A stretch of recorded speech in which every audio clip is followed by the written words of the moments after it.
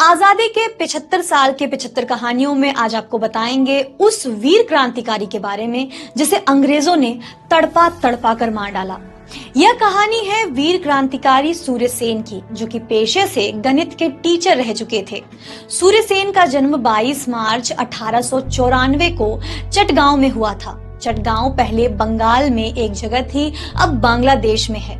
सूर्यसेन शुरुआत से क्रांतिकारी गतिविधियों में शामिल थे।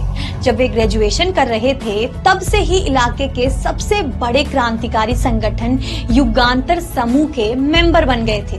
1918 में पढ़ाई पूरी होने के बाद सूर्यसेन चटगांव के नंदन कानन इलाके के एक स्कूल में गणित पढ़ाने लगे थे। यही उन्हें मास्टर दा नाम मिला। हालांकि क्रांतिकारी गतिविधियों में शामिल रहने के कारण उन्हें नौकरी छोड़नी पड़ी, लेकिन स्कूल में पढ़ाते पढ़ाते ही उन्होंने इलाके के युवाओं को संगठित कर अंग्रेजों से गोरिल्ला युद्ध लड़ना तय किया। 23 दिसंबर 1923 को असम बंगाल ट्रेजरी ऑफिस को लूटकर अंग्रेजों को खुली चुनौती दे दी। इसके बाद ही वे अंग्रेजों के नजर में आ गए और अंग्रेजों ने सूर्यसेन की तलाश शुरू कर दी, लेकिन वे चकमा देते रहे। 1930 में सूर्यसेन ने अपने साथियों के साथ मिलकर इंडियन रिपब्लिकन आर्मी IRA गठित की थी।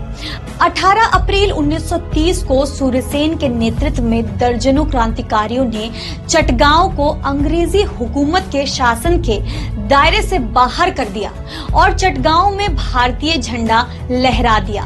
उन्होंने न सिर्फ इलाके में ब्रिटिश हुकूमत की संचार सुविधा ठप कर दी, बल्कि रेलवे, डाक और टेलीग्राम जैसी संचार के साधनों पर भी कब्जा कर लिया।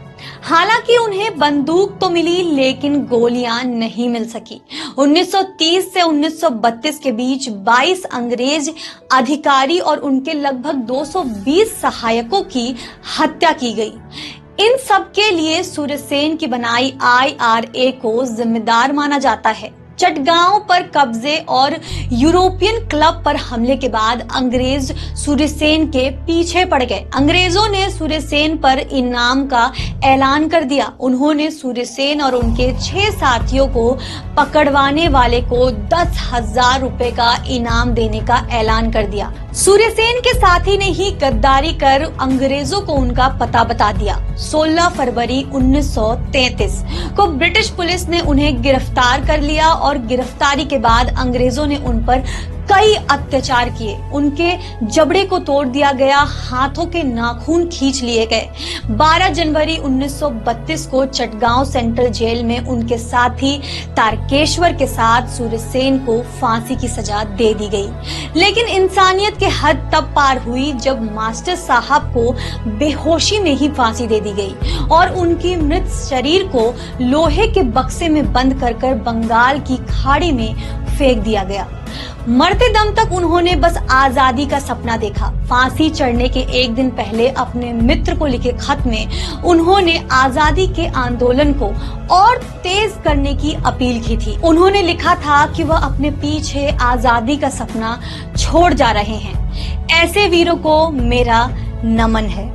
ऐसी ही खबरों के लिए हमारे साथ बने रहें जी मीडिया के डिजिटल प्लेटफॉर्म पर।